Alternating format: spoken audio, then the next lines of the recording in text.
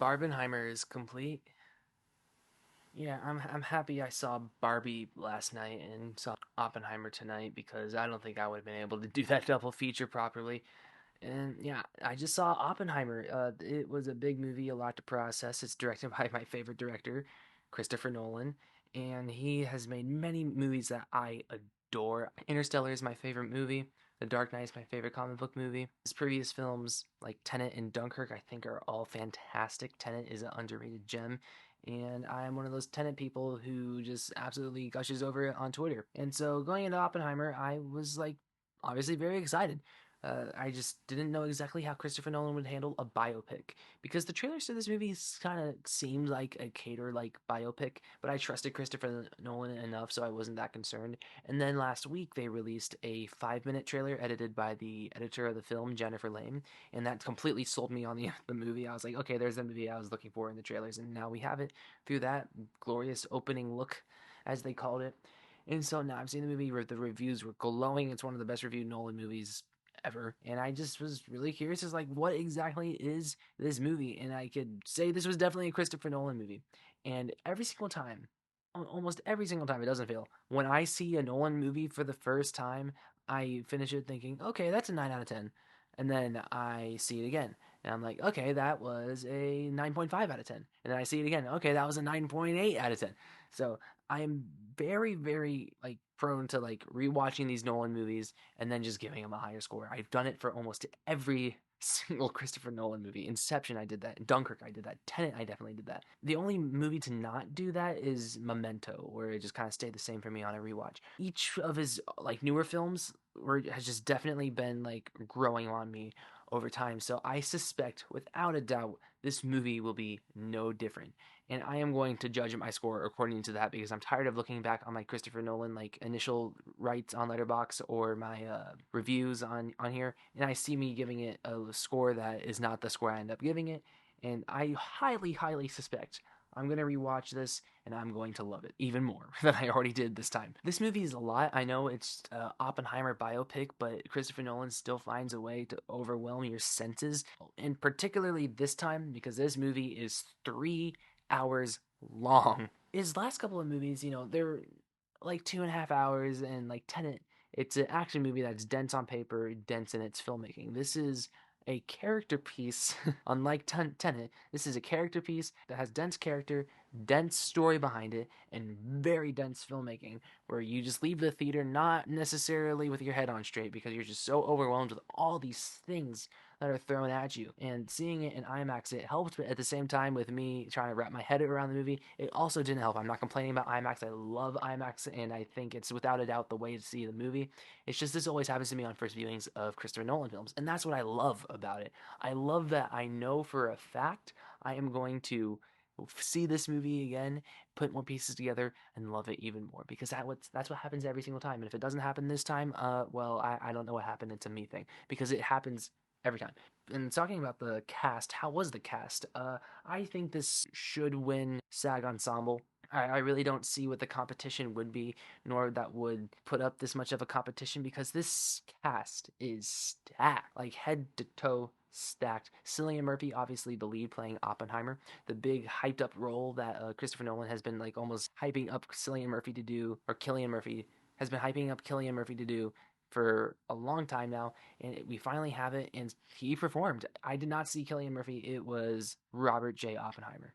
He was just fantastic. A lot of people are hyping up Robert Downey Jr. in this film. The first 2 hours of this movie, I was like, okay, he's really, really good. He's one of the standouts, but I don't know if he's necessarily like big Oscar talk that I've been hearing. Then the last hour of the movie happened. I was like, there it is. There is the Oscar talk, and he did a great job. I don't want to give away too much. I mean, you can look it up. You can find out all this stuff online because it's just history. But Christopher Nolan really dives deep into this time period, into these characters, and you really just feel like you're watching history unfold.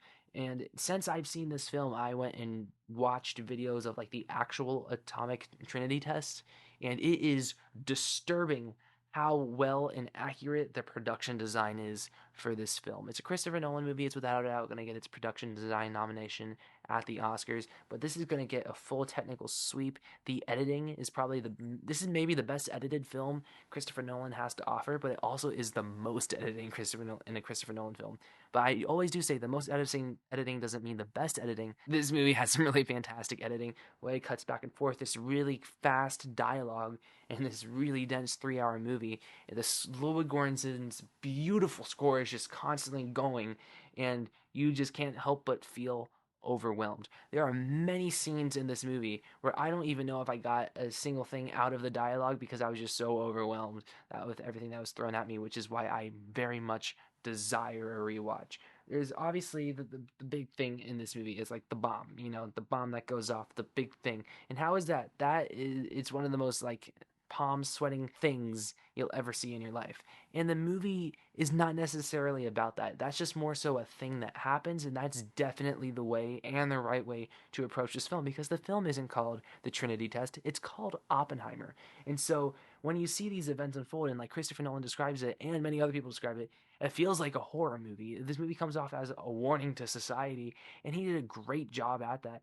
Like when I was walking out with my friends, they were like, "This is kind of like a movie that the world needs to see right now."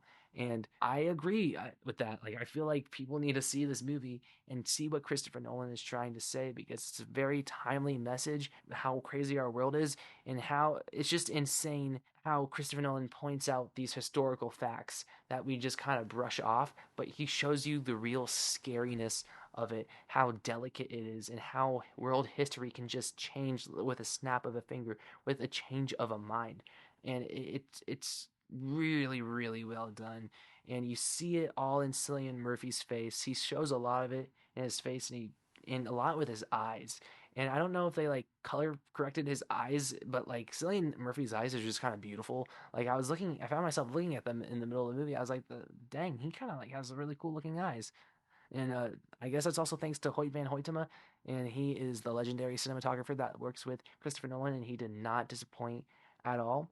For this movie, they had to invent black and white IMAX stock because it didn't exist, and it looked really, really good. There's obviously a lot of scenes that switch to the IMAX and then just immediately go back to the regular film camera, or maybe it is shot on IMAX camera, just on a different film.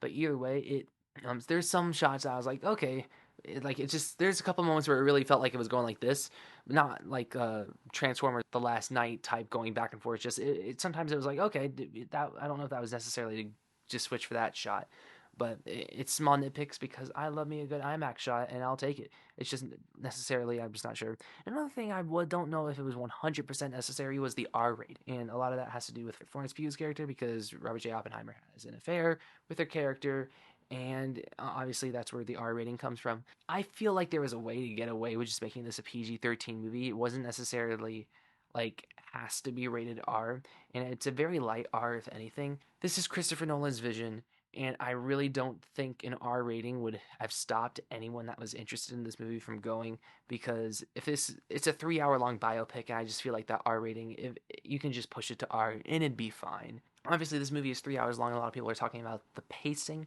and I'm not gonna lie, like it did wear on me a little bit, just throughout in a couple scenes, and it's not necessarily I was bored, and I just felt the runtime. The movie never dragged for me because the movie's always throwing so much information at you. Kind of get overwhelmed, and I don't want to say I tuned it out at a couple moments. I just needed a second sometimes to just refocus myself and be like, okay, that's that new big actor. Oh my god, the Ludwig Göransson score is crazy. Look at that IMAX ratio. Wait, what did they say? So just things like that where I just kind of need to get over the technical side of me that's just gushing over the filmmaking and actually listen to what these characters are saying.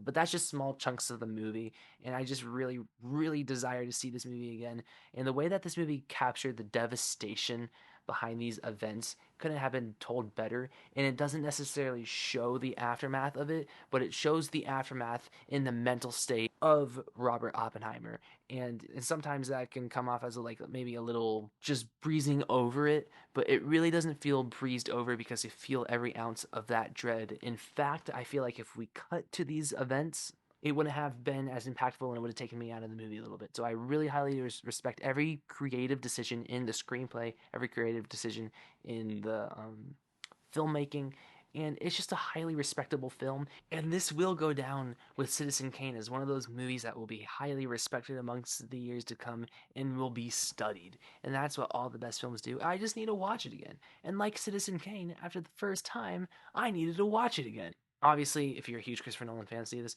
And overall, I loved this movie. I really did. But like I said, it's a Christopher Nolan movie. I'm gonna have to give it a couple more rewatches. But how I compared this movie to the other ones and how I scored it this time. For example, I started off, I gave Tenet like a 9 out of 10, and same thing with Dunkirk. And then they slowly elevated to a certain score. And I highly suspect this is going to do the same. So I'm going to take a little bit of a calculated risk and elevate my score to what I want to give it, to the inflated of like what Tenet is now, Dunkirk is now, and just inflate that score to what I think it will be by the time I'm done like studying this movie. And based off initial impressions, I liked this more than Tenet, and I liked it more than Dunkirk on first viewing. Overall, right now, I still like those two movies better, but I highly suspect by the time I get my head wrapped around this film, I'm gonna like this movie better than those two. So I'm gonna give Oppenheimer, like I said, calculated risk, 9.7 out of 10. I highly suspect by the time I give this another watch, by the time I put my head around this movie, it's just going to be that score. It deserves it. And like I said, I have tickets to see it again on Wednesday. So if you can follow me on Twitter or Letterboxd, should be in links on my channel, and see if that opinion changed. But yeah, like I said, being a little bit risky right now, give it a 9.7. So yeah. Anyways, comment down below what you guys thought of Oppenheimer. I really respected it and mostly loved it, besides the things that I just need to see again and wrap my head around. So yeah, like, share, subscribe, and stuff like that, and adios.